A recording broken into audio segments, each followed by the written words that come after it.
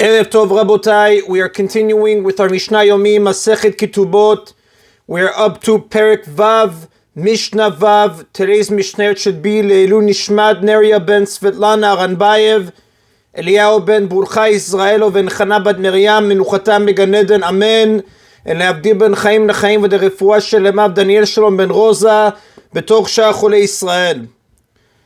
If the father of an unmarried girl died and left possessions to his heirs, they must give a portion, typically 1/10 of the estate, for her dowry when she gets married. The Mishnah begins with a case where such a girl was married off by members of her family and they did not give her the full amount to which she was entitled. This is the law regarding a young orphan, a ktana, who was married off by her mother or brothers with her consent. By biblical law, only the father of a girl, ktana or nara, is authorized to marry her off, meaning the groom must give the betrothal object to the father. If the father had died, however, the sages decreed that a girl's mother or brothers can marry her off instead, in Masechet Yevamot, chapter 13, Mishnayot 1 and 2. Now, like we said, a young orphan ktana was married off by her mother or brothers with her consent, meaning she consented to the dowry they provided for her. And they wrote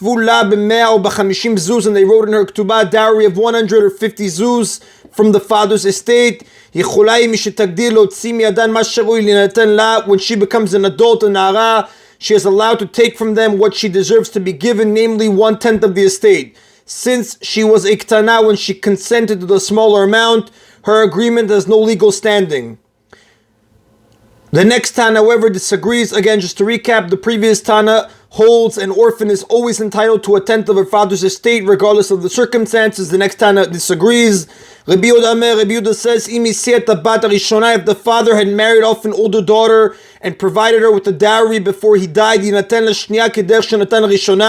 the dowry given to the second one should be the same as the dowry he had given to the first, whether it is more than 1/10 of his estate or less than 1/10.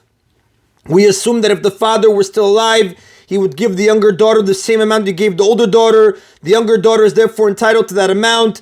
If the father had not married off an older daughter, the court estimates how much he would have given had he been alive based on their knowledge of his generosity.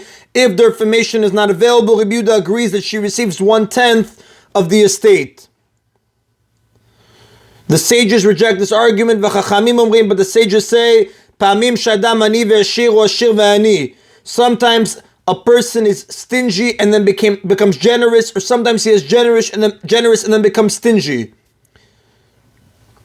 Since a person's level of generosity can change, we cannot assume that if the father were still alive, he would give the second daughter the same amount he gave the first one. Rather, we appraise its possessions and give her a 10th.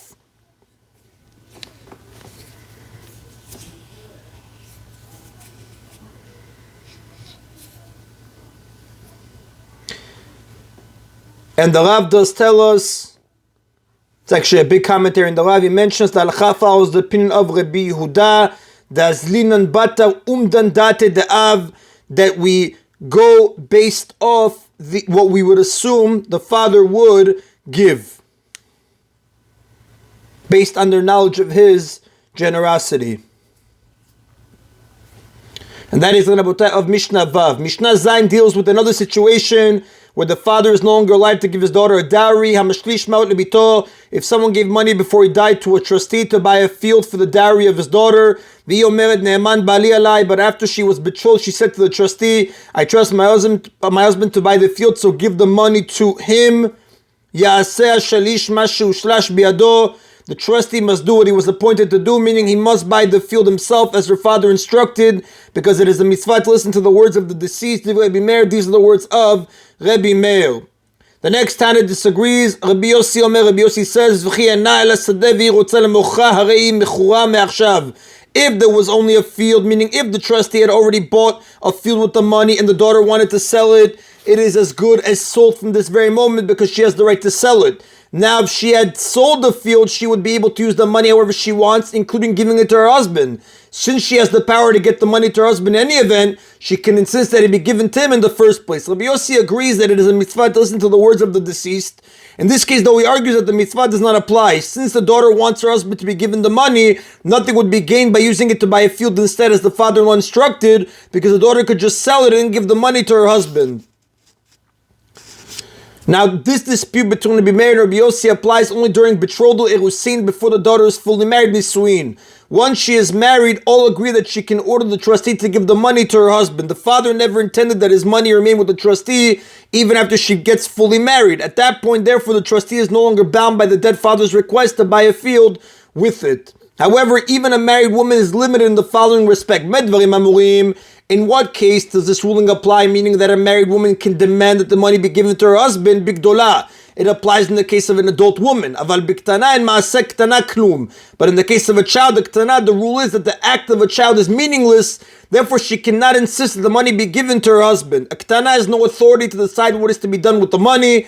Therefore, even if she is already married, both Tanaim agree that the trustee does not need to listen to her. So in summary, Rabbi Meir and Rabbi Yossi agree that the trustee should obey the request of an older daughter after nisuin to give the money to her husband, and that he need never obey a ktana, either before or after nisuin. The dispute applies only in the case of an adult daughter during erusin, with Rabbi Meir ruling the trustee must follow the father's orders to buy a field, and Rabbi Yossi ruling that he might as well listen to the daughter's request to give the money to her husband.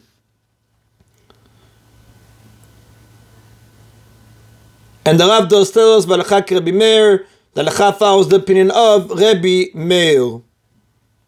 And that is, Rabotai, of today's Mishna Yomi. Baruch Adonai Leolam. Amen v'amen.